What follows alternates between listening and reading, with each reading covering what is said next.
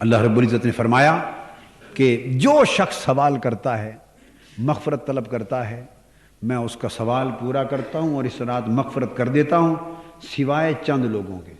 چند لوگ نہیں بخشے جاتے اس رات، چند لوگ اس رات کی دعاؤں سے بھی نہیں بخشے جاتے اور لیلۃ القدر میں بھی نہیں بخشے جاتے۔ ان میں سب سے پہلا آدمی تو مشرک، نہیں بخشا جاتا جب تک شرک چھوڑ نہ دے۔ اب ساتھ ساتھ سمجھا رہا ہوں، اس کے بخشش کے لیے شرط یہ ہے کہ وہ اس عمل کو بھی چھوڑ دے تو بخشش ہو جائے گی۔ مشرک جب تک شرک چھوڑ نہ دے۔ مشاہن کہتے ہیں جو اپنے دل میں بہت زیادہ دوسروں کے لیے بغض اور عداوت رکھے۔ اب اس مرض میں مبتلا ہماری بھاری اکثریت، ہر شخص کسی نہ کسی نوعیت کا الا ماشاء اللہ بغض اور عداوت دوسرے کے لیے رکھتا ہے۔ یہ حقد اور حسد جو ہوتا ہے اور یہ بغض اور عداوت پر، جس کو خدا واسطے کا بیر کہتے، تو فرمایا بغض اور عداوت دل میں رکھنے والا اس شب برات اور شب قدر میں بھی بخشا نہیں جاتا۔ لہذا جب تک کوئی دل کو بغض و عداوت سے پاک نہ کر لے اس کی دعا قبول نہیں ہوتی۔ تیسرا فرمایا وقاتل نفس، اور قاتل اللہ کی مخلوق کا خون بہانے والا قاتل، وہ نہیں بخشا جاتا جب تک اس کی تلافی نہ کر لے اور چھوڑ نہ دے۔ وقاطع رحم، اور خونی رشتوں کو کاٹنے والا، قطع رحمی کرنے والا، جو خونی رشتے ہیں ان سے قطع تعلق کرنے والا۔ یہ مرض بھی کثرت کے ساتھ پائی جاتی ہے کہ ہم لوگ قریبی خونی رشتوں کا حق ادا نہیں کرتے اور دور دور بڑی صدقہ خیرات اور قربانیاں کرتے ہیں، یعنی قریبی خونی رشتوں پر ظلم کرتے ہیں۔ اقتدار میں آ جائیں تو ان کو مرواتے پٹواتے بھی ہیں۔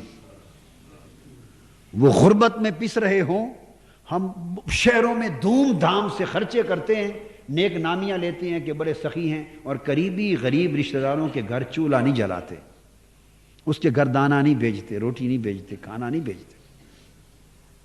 الاقرب فالاقرب، جو جتنا قریب ہے اس کا حق بھی اتنا قریب ہے۔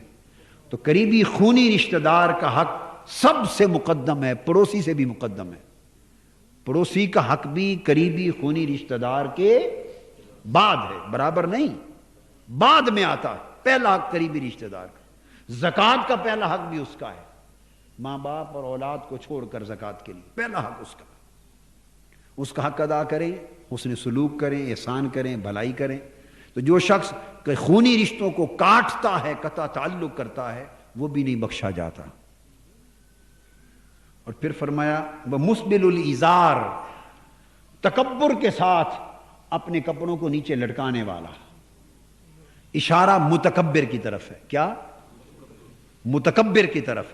اسبال الازار یعنی چادر، تہ بند یا کپڑے شلوار ان کو لٹکانا، پہلے زمانے میں یہ تکبر کی علامت تھی۔ حضور علیہ الصلوۃ والسلام کے دور میں بڑے لوگ لمبے کپڑے رکھتے، وہ زمین پر لٹکتے تھے، حتیٰ کہ کچھ لوگ خادم ان کے پیچھے سے اٹھا کر بھی چلتے تھے۔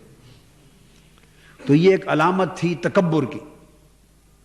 تو اس طرف اشارہ ہے استعارہ کی زبان میں کہ متکبر بھی نہیں بخشا جاتا جب تک کہ تکبر سے پاک نہ ہو جائے۔ اور پھر فرمایا وشاربن، اور شرابی بھی نہیں بخشا جاتا اس رات، نہ لیلۃ القدر میں، جب تک شراب چھوڑ نہ دے۔ وقطات، اور فرمایا النمام، قطات یا نمام چغلی کرنے والا، جو پشت پیچھے غیبت کرتا اور چغلی کرتا، وہ بھی نہیں بخشا جاتا۔ غیبت کرنے والا، چغلی کرنے والا، وہ بھی، یہ چغلی کی عادت بھی عام ہے۔ ایک دوسرے کے کان بھرتے ہیں پشت پیچھے، کہتے ہیں نہیں میں کوئی برائی کے لیے نہیں، ویسے میں کہہ رہا ہوں، میں کوئی شکایت نہیں کر رہا، ویسے میں کہہ رہا ہوں، یہ میں چغلی نہیں کر رہا، ویسے کہہ رہا ہوں۔ یعنی ویسے کے لفظ میں سارا ہی رگڑ جاتے ہیں۔